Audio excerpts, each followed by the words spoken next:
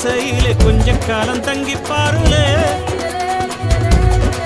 கூரையின் ஓட்டை வீரி செல்வாடி நட்சத்திரம் எண்டி பாருலே கூவும் செல்போனின் நச்சரிப்பை அணைத்து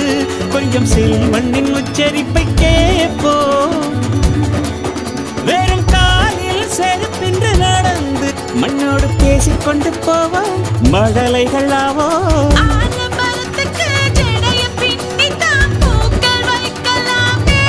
உரோரம் ஐயனாரிடம் கத்தி வாங்கித்தான் பென்சில் சீவலாமே